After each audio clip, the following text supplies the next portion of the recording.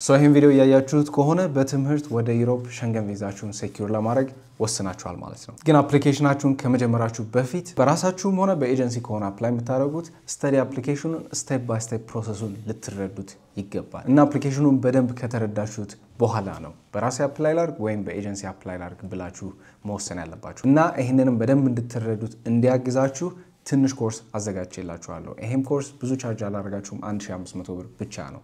ማንናችሁም ጆይን ልታደርጉት የምትችሉት ኮርስ ነው። እና ጋይስ በራሳችሁ አፕላይ የማድረግ ምንም ሐሳቡ ከሌላችሁ ችግር የለውም። ቴሌግራም ቻናላችንን ጆይን አድርጉትና እዛ ጋር አፕሊኬሽኖች ሲኖሩን ፖስት ስለምናደርግ እዛ ላይ በደንብ አፕዴት ይኖረናል።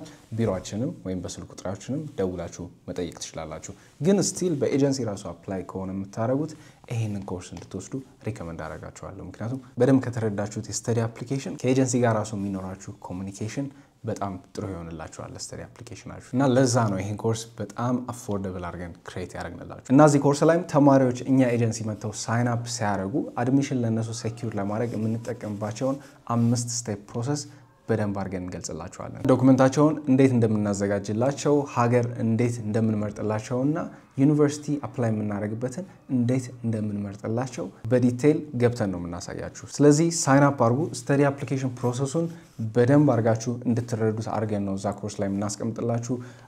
ቦነስ ማቴሪያል እና ቦነስ ቪዲዮዎችም ላይ እናስቀምጥላችኋለን። እንዴት አድርጋችሁ ሲቪ ሞቲቬሽን ሌተር እንደምታዘጋጁ በቃ ሙሉ የስተዲ አፕሊኬሽን ፕሮሰስን እኛ የምንጠቀመውን ሲስተም ነው ክሊርሊ የምናሳያችሁ። ከዛ በኋላ በደንብ ሶሊድ የሆነ ክሊር አንደርስታንዲንግ ይኖራችኋል ስለ ስተዲ አፕሊኬሽኖች ማለት ነው። ግን ኮርሱን ጆይን ከማድረጋችሁ በፊት ዩሮፕን ለምን እንደመረጥ ነው እና የስተዲ አፕሊኬሽን ውጭ ሀገር ለመሄድ በጣም አሪፍ እንደሆነ የሚያሳይ ቪዲዮ ከዚህ በፊት የሰራሁላችሁን ቼክ አድርጉት ወይም ቱዋንቱ ኮንሰልታንሲ ሜን ፔጅ ላይ ታገኙታላችሁ። በተጨማሪም ያለ ስኮላርሺፕ አፕላይ ስታደርጉ ቪዛ የማግኘት እድላችሁ በጣም እንደሚጨምር እሱ ቪዲዮ ላይ በደንብ ገልጬላችኋለሁ።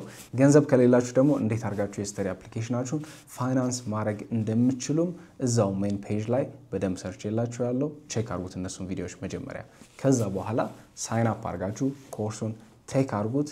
በደንብ ሲምፕሊፋይ አድርገን በደንብ ግልጽ አድርገን ነው የሰራንላችሁ።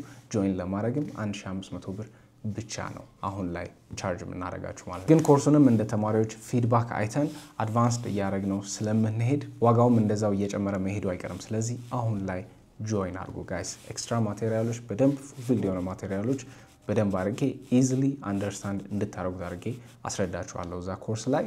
ከስር ስቴፕ ባይ ስቴፕ እንዴት አድርጋችሁ ጆይን ማድረግ እንደምትችሉ ይሄን ኮርስ ዲቴል ዲስክሪፕሽን ላይ አስቀምጬላችኋለሁ። እሱን ተከትላችሁ ኮርሱን ጆይን አድርጉ።